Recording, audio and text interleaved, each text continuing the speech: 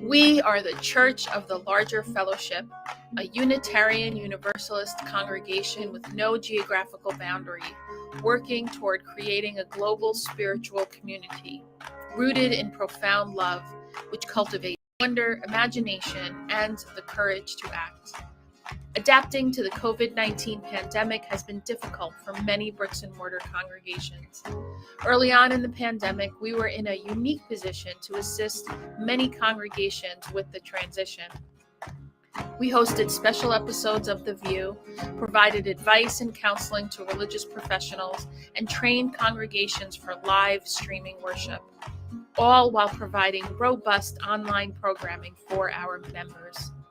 From worship to covenant groups, from classes to pastoral care, and from our monthly magazine to our letter writing ministry, we have found ways to build connection and community even through the screen.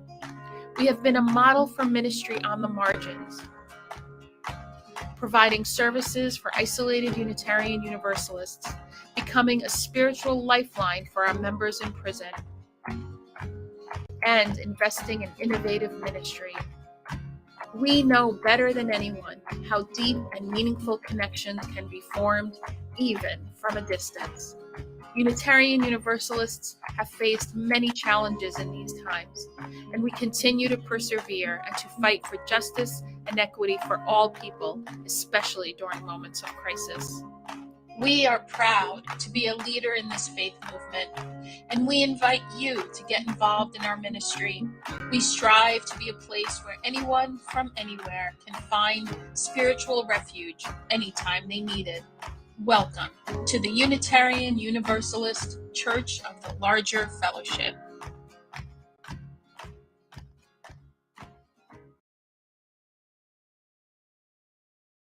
We are so excited to bring you an all-new episode of The VUU. The VUU is a weekly Unitarian Universalist talk show discussing important faith-based topics from an anti-racist, anti-oppressive, and multicultural perspective. Every Thursday for the past 7 years, we have welcomed guests from every corner of the world. Our guests are writers, scholars, activists, and religious thought leaders who are shaping Unitarian Universalism and society for the 21st century and beyond. I hope today's show inspires you. Hope it builds your faith. Hope it gives you perspective to see the power of Unitarian Universalism at work in your life. Enjoy the message.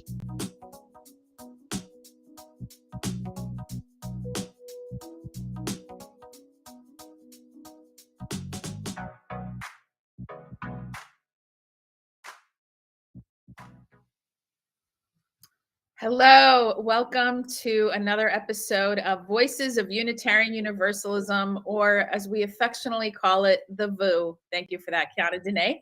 I am Aisha Hauser. My pronouns are she, her, and I come to you from Seattle, Washington.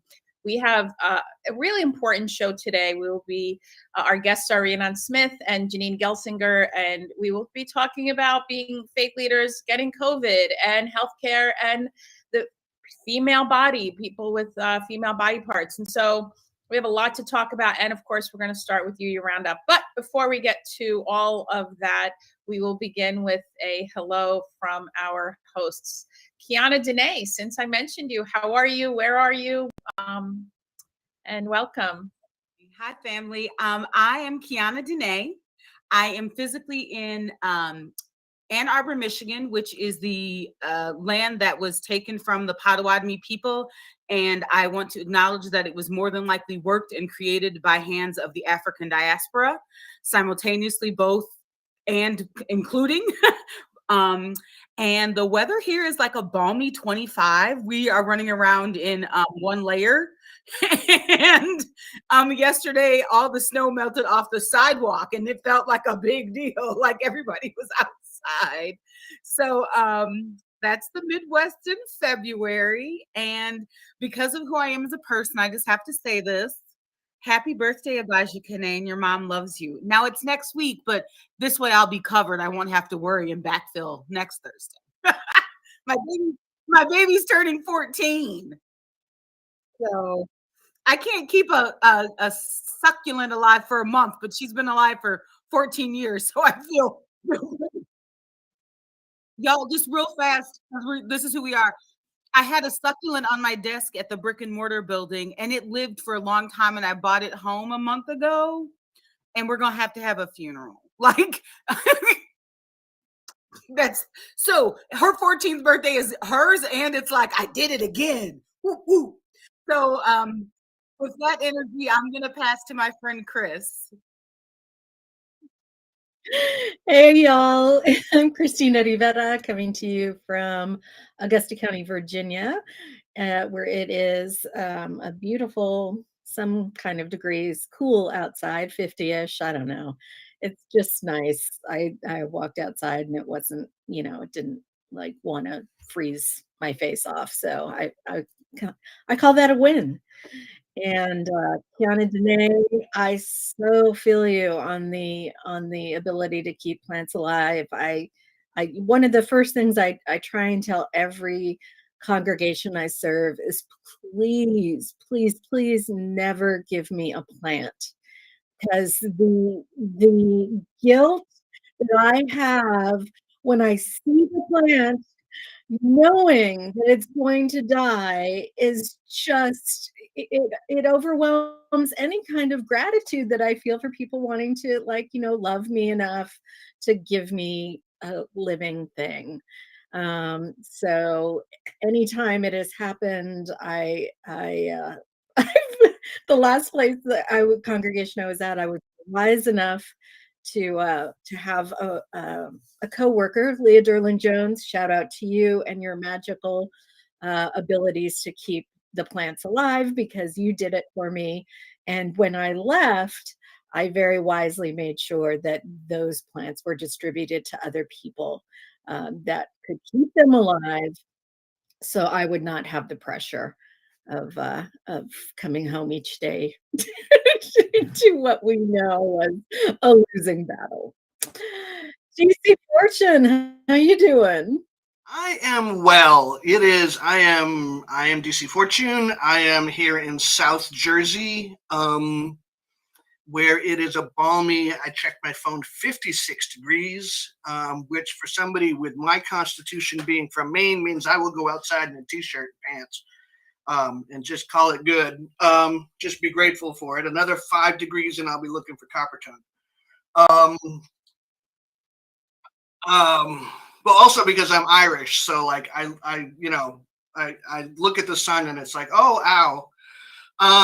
Yeah, things are pretty good here. We had some snow and it's gone away, and I am engaged in that fantastic process of preparing to sell a house. So on a good day, I can find my socks.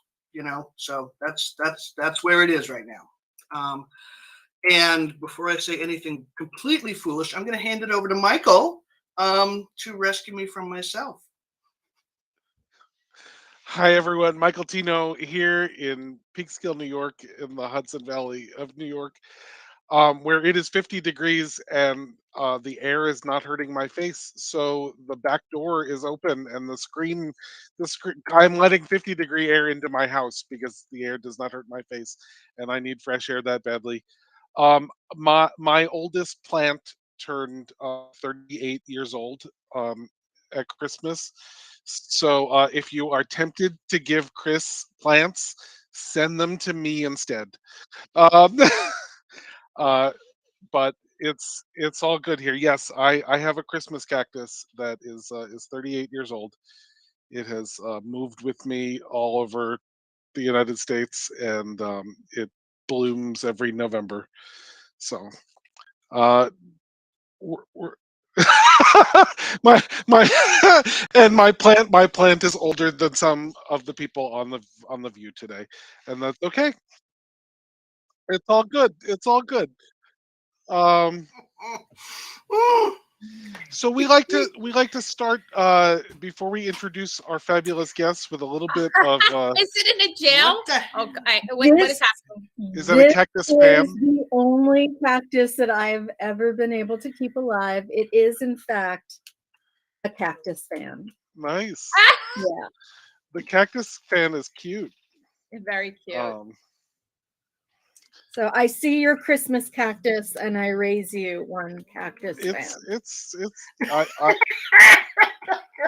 I gave everyone the first year I had a summer job. Oh Jesus! And I had the ability to buy Christmas presents for my family, even if they were small. I gave everyone Christmas cacti, and I bought a 12-pack of Christmas cacti, and I had one left over, so I kept it, and it's the only one of those 12 still alive. Oh jeez! This is another thing I have in common with Chris. I barely keep them alive. Although I did buy 3 succulents, and 2 of them were dying, and my neighbors said they need sun, and so I put them in my kitchen window. Despite the fact that at least one of our guests is from the desert, our theme today is not actually succulents, but we did want to do a little brief VUU roundup before we introduce our guests, especially since one of the biggest pieces of news in Unitarian Universalism this week is the passing of the Reverend Pupke, who many of us know and love and have worked with over the years. I've known Jean for 22 years because she and I went to seminary together, and back when she was a vice president at Bettdorf and Bronson Coffee Company, before she was a religious professional inspiring so many people all around, and she will be sorely missed. I know, Chris, you and she got to work together closely in Virginia, and I don't know if you have anything you want to say about her. Yeah. Jean was responsible for so many ministers in formation. It's probably even hard to count. But she was one of the first people that I knew that was in denominational leadership. She was on the UUA Board of Trustees. And she was the first person who gave me a guest pulpit outside of my home congregation when I was little itty bitty religious educator in training. And she's like, I think you need to be a minister. And said, do you want to come and guest preach? And I was like, what now? And she just believed in me. She believed in the liberatory faith of Unitarian Universalists. My husband and I were talking about her this morning, and he's like, did she have a PhD? Like, tell me more about her. And I said she was so loving, but she would not. And he said, suffer fools gladly. And I said, exactly. That was exactly it. And then that's when he asked about her background. And I said, well, she was a former nun. And yeah, and he immediately got it. And she was so loving and so fierce. And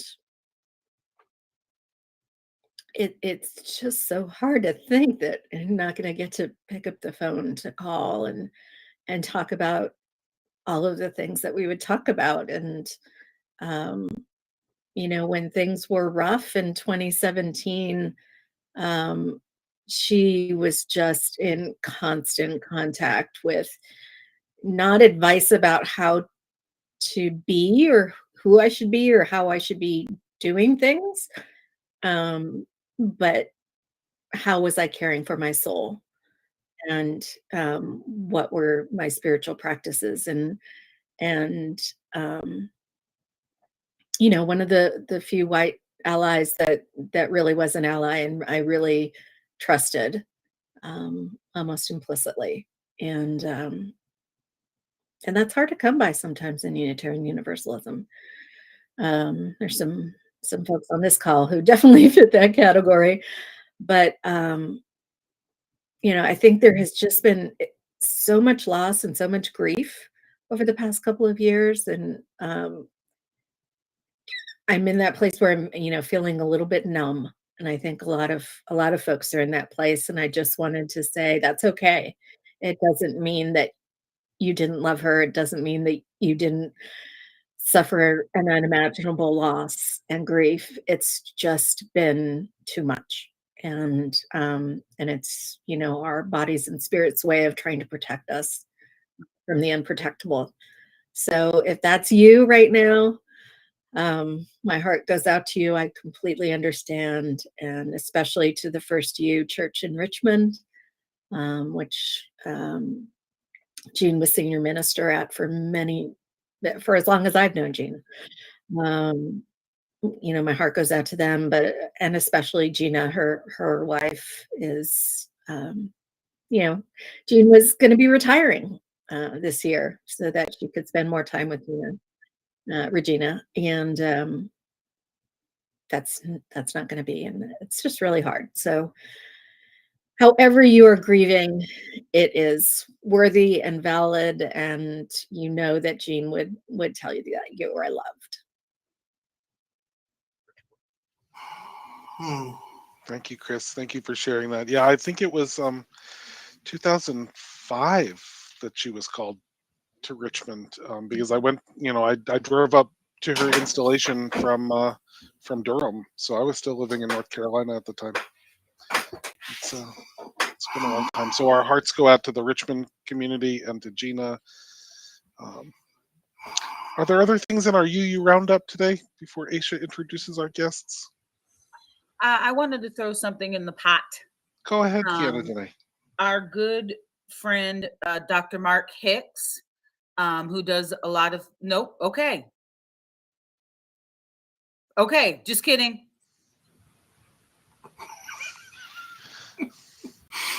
That's called cultural communication. Sometimes somebody looks at you and you already know, shut your mouth, and it's beautiful. That's who we are sometimes. So let's move on, please. I love you.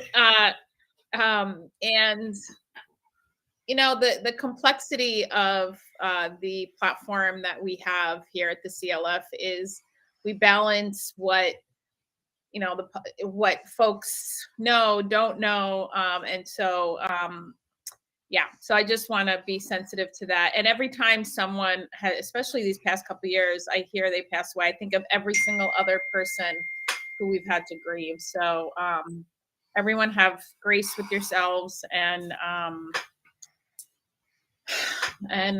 care. And you know, I say I love you a lot to people in my sphere. And I had a friend one time say to me, you say you love everybody. I said, I assure you I don't love everybody. And so if I say I love you, know that that's real. And so be generous with your love for the people who you care about and are in your life, because you just never know. So the people who are in my, if I tell you I love you, know it's real, because I really don't say it to everybody. With that, we'll take a 10-second breath. Whew. Put your hand on your heart if you need to as we transition.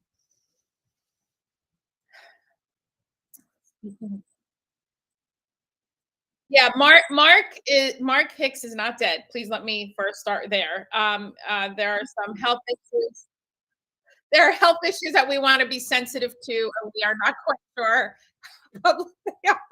So I don't mean to laugh, but it's like, thank you. It's true. We need to not alarm anyone, so that social media being what it is, no one, we don't want anything going sideways. So, especially if Mark is, well, we love you, Mark. Wow. Okay. Our guests today are Rhiannon Smith and Janine Gelsinger, although I think Rhiannon is off there. Do I just not see her? Oh, there you are. Okay. We will be, I'm going, Rhiannon serves as administrator for the Pacific Western region. They just wrapped up a regional assembly. She lives and works in San Diego, but is a New Englander at heart, originally hailing from Rhode Island and Boston. And she has served on the board of First UU Church of San Diego and on the diverse, revolutionary, Unitarian, Universalist, multicultural ministries, also known as Drum Steering Committee. Rhiannon enjoys travel, sports, animals of all kinds, and musical theater. Janine Gelsinger, returning guest, of the VUU. Janine Gelsinger is the executive director of UU Justice Arizona Network. She also serves on the curriculum design team for Beloved Conversations Virtual at Meadville Lombard, as a Beloved Conversations coach at East Shore Unitarian Church, my former brick and mortar, and with the UU Religious Professionals Joint Ethics Steering Team. And she currently lives in Phoenix with her 2 children, Vivian and Ramona. When Janine is not fighting for justice, she is most likely texting with friends, binging Netflix, and trying on the brightest lipstick she can find. Yay to that. So I would like to invite you both to talk about, well, I know that what we're going to talk about is you both getting COVID and being faith leaders, and what that experience has been like for you, what it's like, what kind of support did you have or not have? And let's just start with the both of you, and wherever you want to begin with your stories. Maybe we could put you both up at the same time. Oh, hello. Wait, hold on. Hi, everyone. So Hello. Rhiannon, we're COVID buddies. COVID buddies. We're colleagues, and then really deepened our friendship when we had COVID at the same time, and we're texting about what our oxygen saturation was currently at every few hours. Do you want to talk about that? Well, you had it first, so you go first. Okay. So the first time that I had COVID was March of 2020, and it was before shelter in place had started. So we didn't really know anything. It was pretty scary because at the time there weren't tests available. You only went to the hospital if you needed a ventilator. And my 2 kids, their dad, my boyfriend, his kids, their mom, and her girlfriend all got it together and had varying levels of illness and reaction to it. We all survived, so that is a good thing. And then my kids and I ended up getting COVID again in December of 2020. Pre-vaccines, we had done everything within our power to be as safe as we could. And we had one other family in our pod that we had added because we needed childcare. It had been going on, 9 months of working and parenting at the same time, a 2-year-old, and online schooling a 9-year-old at the time. And so we had potted together with another family so that we could trade off some childcare, and ended up getting COVID again altogether. So those were my 2 brushes with COVID. Rhiannon, what about yours?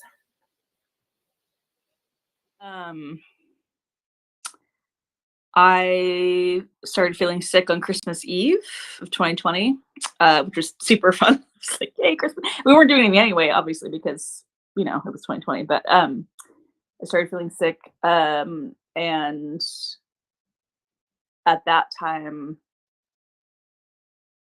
we'd had this, this huge post-Thanksgiving surge. So it was a situation where we weren't sure. It was scary because it was the first time in my very privileged life that I had been faced with the idea that I might need to go to the hospital and there's no room for me. And that, that was scary. I am so grateful. I mean, it's horrible that Janine had to go through it twice. And I'm also very grateful that she was there, because to have somebody who could talk me through it and could, kind of allay some of those fears was really a game changer for me, rather than just like stewing in my own anxiety. And also trying to like manage my anxiety for others. Like I didn't want my partner or my mom to know how terrified I was, because I'm the person that holds it down, you know? So that was a wild ride. And, oh yeah, sorry, I'm in San Diego. Yeah. So yeah, it was strange. And then I remember, and like testing at that time was also very hard to come by. Like my doctor's office wouldn't test you unless you were like super high risk or had really horrible symptoms, and mine were kind of, you know, manageable at that point. And so I remember spending like 2 hours on the phone waiting for the nurse to like talk about whether I could be tested or not. And she basically said like, yeah, it sounds like you have COVID, but you know, we can't give you a test. So I ended up going to the county testing site that next Tuesday. And then I got my positive results a few days after on New Year's Eve. So that was another like weird experience where, you know, everybody like on Facebook and all my friends were like, you know, like F 2020, like we're over this, like it's, you know, it's bye 2020, you were garbage. And it was very surreal to be sitting there being like, yes, I'm also happy that we're moving on from 2020, and also like I'm not feeling like I can put any of it behind me because it's happening like right now, you know. So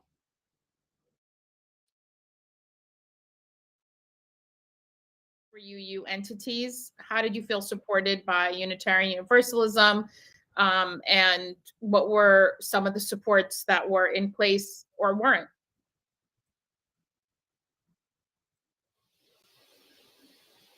I was very lucky that my team, we were on holiday break at the UA at that time. And so I texted my boss and told him what was going on. And he called me like immediately to, you know, just offer support and love and ask what I needed. And, you know, everybody was super, super helpful, super supportive. And everybody just said to like take the time that I needed. So that was, I'm very grateful for that still. Yeah, let me bring in a comment. Cara Andrea Emery writes, I've had long haul COVID after having COVID for 40 days at the end of 2020. It was impossible getting doctors not to gaslight me and make me feel like I'm crazy. And I know that long haul COVID and the you know the long-term effects of COVID are serious and real. I know so many people in New York and elsewhere who are still dealing with this. You know, I was lucky that the first time I had COVID, I had one vaccine already, so my case wasn't so bad. But my like sense of smell is not normal yet, and that was March of 2021, right? Yeah. So it's been a year. Have either of you had to deal with those symptoms and with what it means to have to continue doing work and people think you're okay and you're not? Yep. I'm only laughing because we talk about Janine and I talk about this all the time. It's like, yeah. Go ahead, Janine. I don't know why we're laughing because it's just so ridiculous. Because what else is there to do? We don't know. I don't know. Yeah, so we both have long COVID symptoms, and I will say that there is a lot of pressure as a religious professional, as a leader, to choose how much you share and to keep going even when it's hard. I've received a lot of support and care from my colleagues, especially my board. My board was wonderful. And I've also experienced some things that have been pretty hard from other UUs. There's definitely been a lot of disbelief around what the symptoms are that I'm experiencing, and a lot of like, well, I mean, everyone feels like that right now because it's 2020 and it's pandemic, and are you sure you're not just stressed out? Or but when your heartbeat is 140 beats per minute resting, like that's not just stress. And so it's difficult. It's also, I think, people are afraid, right? They're dealing with their own fear around it. And so sometimes they just can't hear it from us. Like they just have to tell themselves that we're fine. And they don't really want a reminder that I'm still sick. And so they'll forget, right? Like there's people that I've told like 5 times, like, oh, well, I actually can't, go on that hike because I can't, I'm still not cleared for that level of exertion. And yeah. I want to say that I'm sorry that that's how you've been treated by people. And I just want to acknowledge that feels like when you said it, like all of us had this like heart cave moment. And so if that's something either of you has experienced, I just want to say, as a person in your beloved community, I am sorry. Yeah, I feel like I've yeah, people forget. The other thing that I want to say is that at least at that time, now it's like with Omicron and everything, I feel like it's just, oh, you got it, like whatever. Like nobody asks like where you got it. That was a question I got all the time when I did tell people was, oh, where do you think you got it? And I was like, what? No one knows that. like, I can tell you what I think happened. But like, there was some moral judgment going on there. There was some like, oh, like, were you, asking the question without asking the question, right? It's like, oh, look, where do you think you got it? I'm like, I don't know. I go to the grocery store once a week. My partner is an essential worker and does not have the option of staying at home. Thank you very much. So, like, probably what happened is he got sick but didn't notice because he has really bad allergies anyway. So like he just felt run down, and that wasn't like out of the ordinary. And then I got it, and that's just what it is. But but yeah, so I still have. I was like the worst of my sickness was only like 3 to 5 days. I felt kind of crappy for like 2 weeks, but then it just never went away. Like it just, I have arthritis now as a 32-year-old person, as a result of COVID. I still, space out. I have brain fog still. It got a little bit better when I got my vaccine, either because it had been 3 months or because there is some anecdotal evidence at this point that folks who have had long haul COVID, like something in the way the vaccine interacts with your body might kind of like reset. I don't know. It's not a cure, but I'm explaining it poorly because brain fog. But yeah, so just we're all dealing with the effects still. And so while I do feel very supported, we do have to remind folks, even like my family, my parents, like being like, hey, I still have this thing. So it's a journey. Yeah, I wanted to lift up that I was about to say what UUs do poorly, but I actually found in general, folks from the United States, white folks from the United States, is empathy. Like that there's got to, as if we have it's the illusion of control. Like Rhiannon, when you were saying, like people were asking how you got it, as if somehow if people know that how you got it, then they can prevent getting it. And then it kind of makes absent the compassion and empathy and not being believed and people downplaying. I mean, it happens all the time, denial of experience. And it's across the board. I mean, when we talk about people with target identities and talk about their experience. Well, it wasn't that bad. Well, that's not what they meant. I get shushed by white women my whole life, and people say, well, I get another white woman say, I get shushed too. I'm like, I guarantee you not as often as me. But a denial of someone's experience is what we do. And in the age of COVID, yeah, we're all impacted. But if you haven't had COVID, then you haven't had COVID. Have compassion and empathy for what people are dealing with. And I don't know what, I mean, that's one of the things I've talked about being, especially once I started preaching regularly as a faith leader, is how do we inspire, especially white people, I'm going to name it, to connect them to themselves, so they show up with empathy and simply holding the tension when they hear you, Janine or Rhiannon, like, here's what's happening with me. Hear it, show empathy, and don't fix it. Don't say it's not. Oh, we're all no.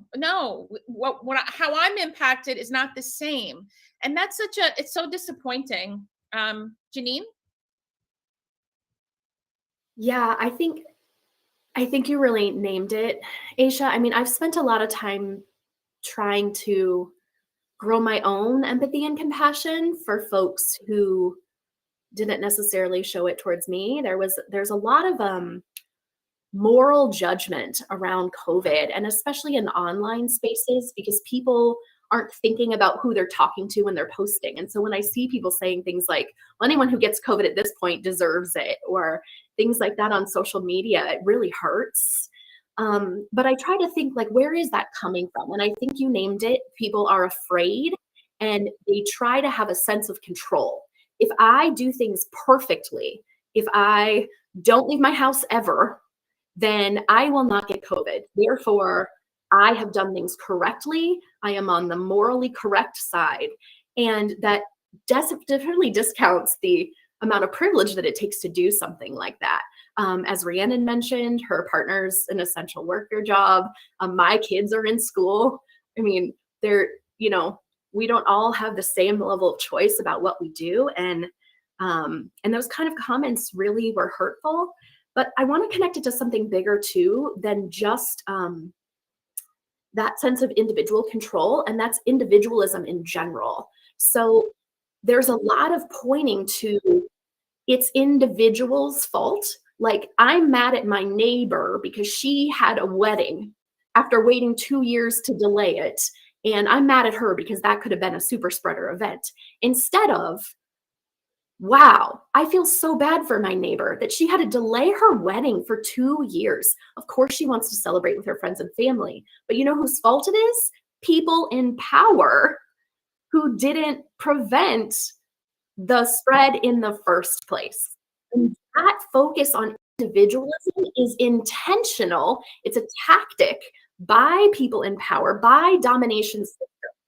Because if we keep focusing on what we individually can do, then we don't band together and create revolution to hold those people in power accountable to what would actually protect us and keep us safe.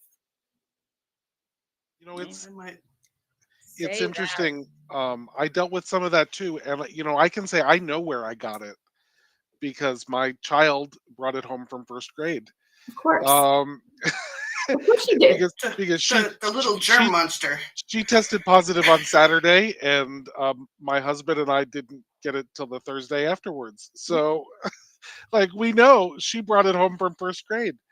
And she is a special ed student who needed to be in person in order to have any chance at learning.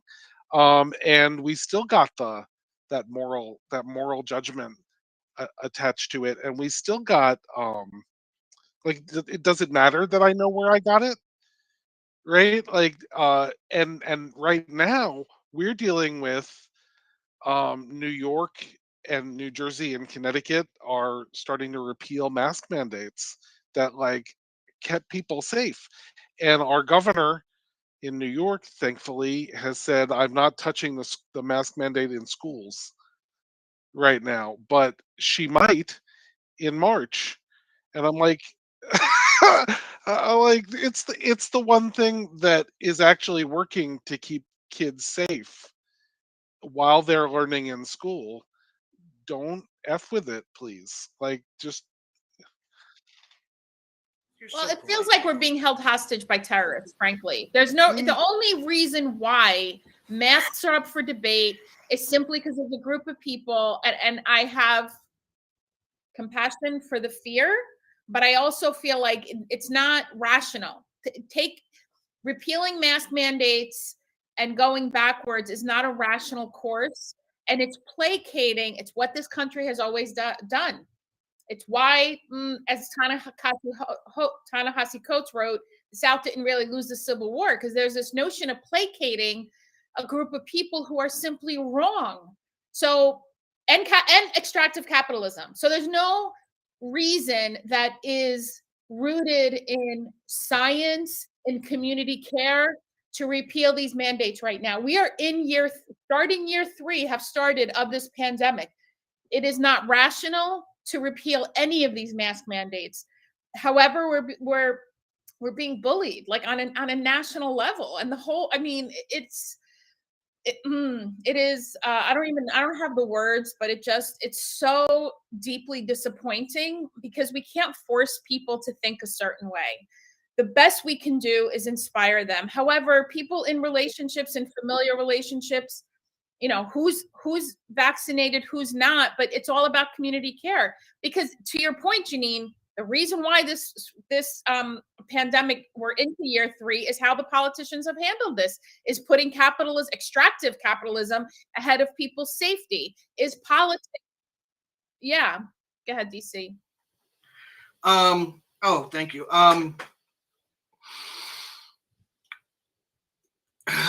Those of us who are of a certain age can view this pandemic as a very familiar pattern. When a deadly disease strikes a group of people that frankly are convenient to die, to reduce the number of people that are opposed to the party in power. Ronald Reagan didn't say anything about AIDS, HIV until 8 years into that pandemic. And then it was only to make a gay joke. And he did that in part because of who it was affecting. People of color, gay men, and IV drug users. When this pandemic began, it was hitting urban centers and the West Coast and places that generally vote more progressive or liberal. And it wasn't a priority to stop. And so that's like I have so many thoughts and feelings about this. And they are not nearly as polite and well regulated as Michael's. But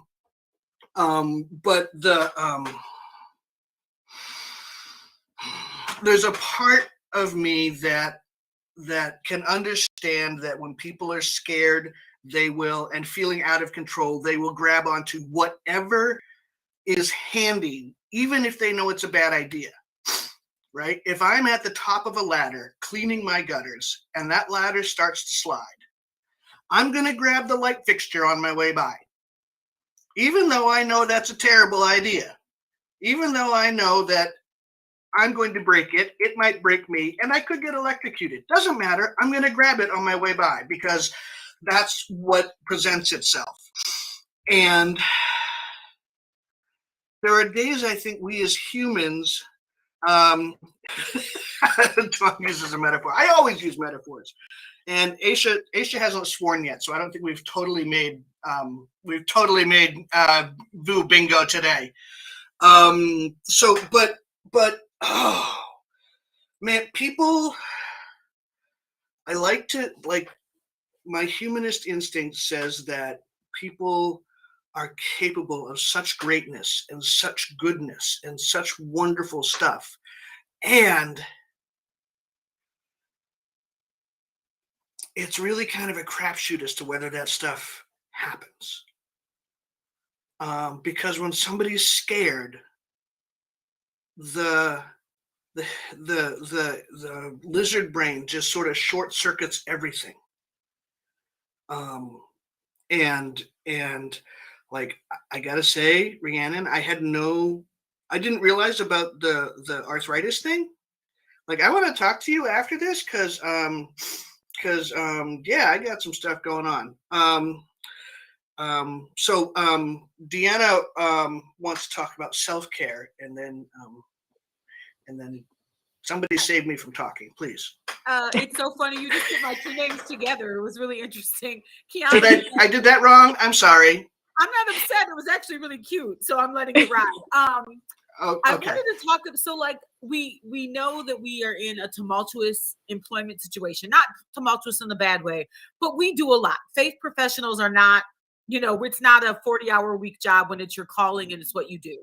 It is how your spirit moves through the world every day.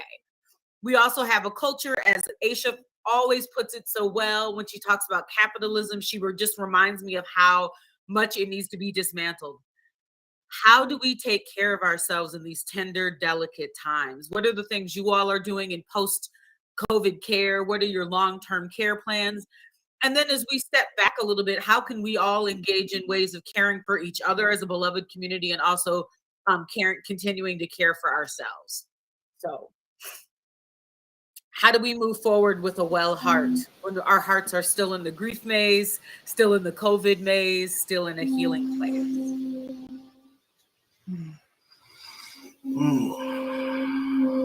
I can start. I'll just chime in and say, I've been about that nap life. And when I don't get a nap or even a rest, sometimes I just lay in bed. It's not sitting here that feels restful. So even the act of like, I'm not going to do work after 9 o'clock. I don't need to write that sermon. All of those little things are these acts of rebellion. And I really love them. And if I don't get to lay down for like 20 minutes a day and just be in my body, I feel like then I spend the rest of that time figuring out how I'm going to get to it tomorrow, right? Like, missed it today, have to have it tomorrow. So I'll open the floor to everyone else. Sorry. Yeah, we can all weigh in. And Rhiannon, I want to hear about your health care experience. I also have started to at least lay down for a few minutes a day, but I also refuse when I decide I'm going to go to sleep. I won't take my laptop with me. And for too many years, I would bring my laptop right before I go to sleep and answer emails. And it was really not helpful to my head. But that's one of the things that I've committed to this year is not, even if I'm tempted, even if a deadline is late, I will stay up on my couch, do as much as I can and not, I actually don't even think my laptop's been in my bedroom. So I've made such a commitment to not do that. And it's helped at least give me boundary and space from the work I do.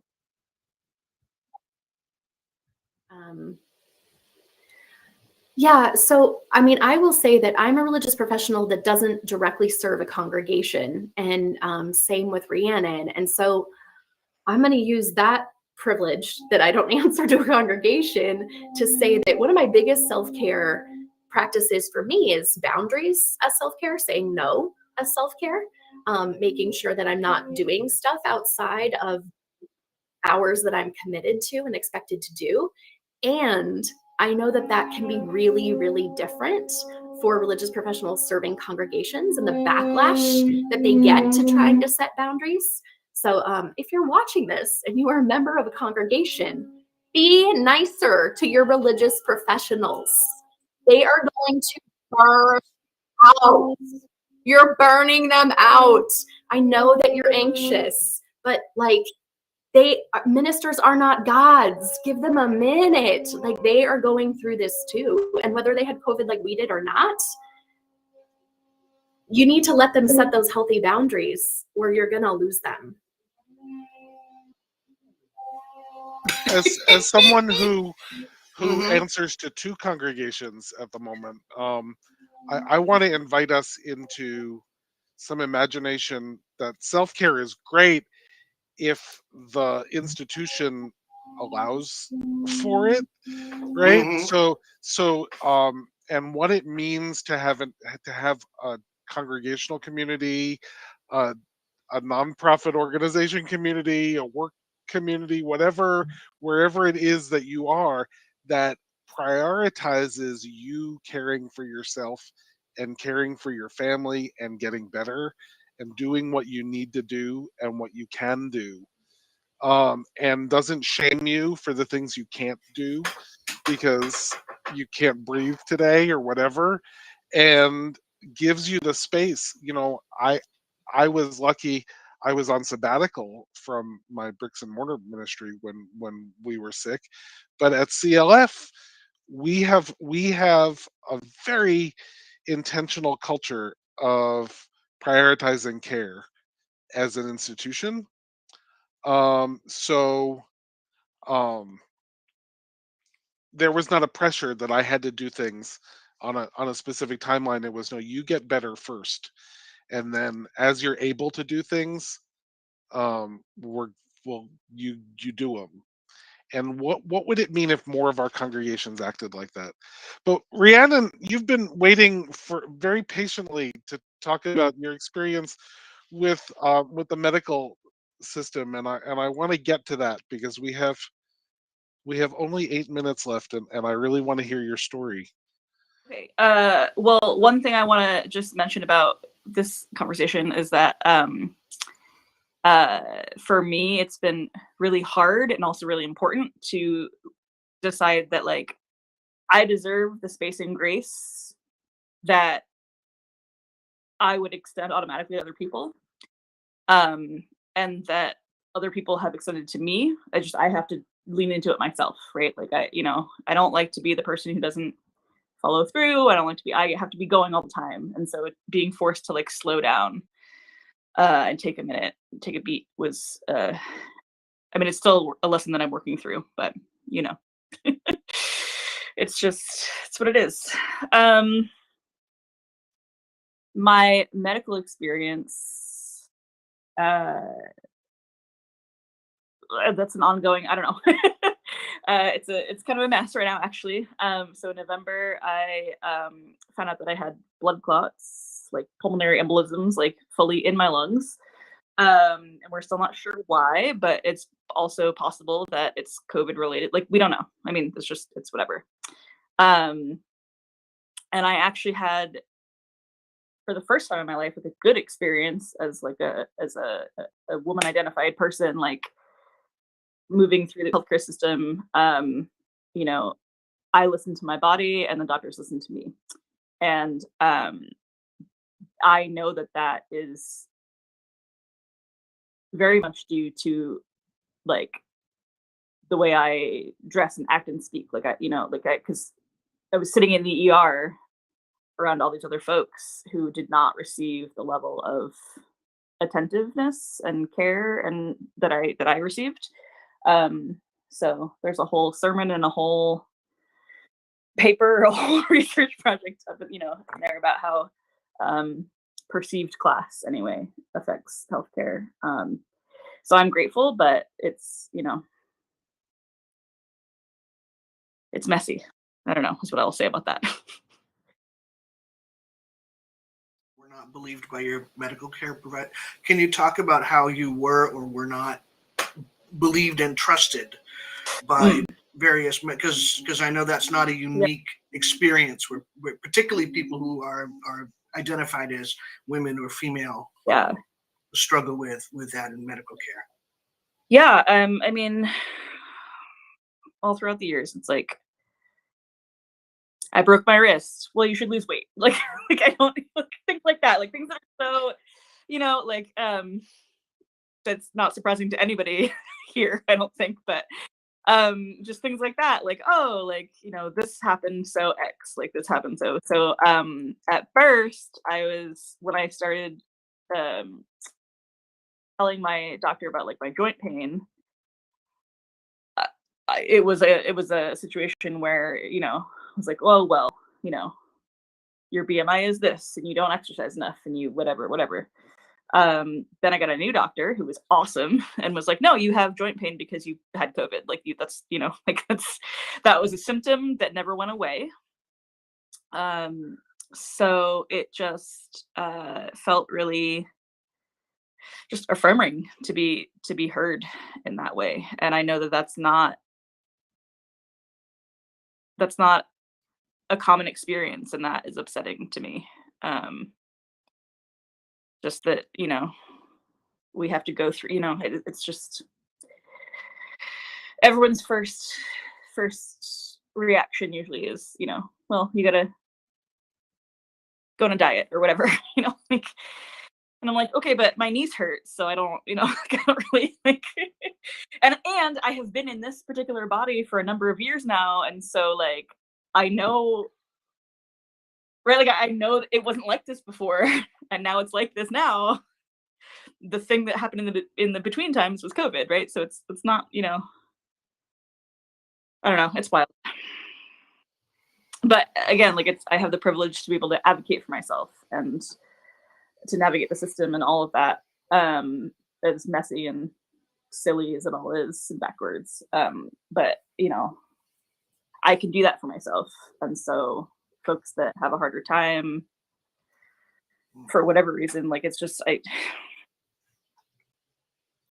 I had a similar experience with doctors and trying to get a diagnosis for what was happening. The first doctor that I saw for my heart rating and just like not being able to do any exertion, right? Like months after my COVID was supposedly over, like I would be winded taking my trash out.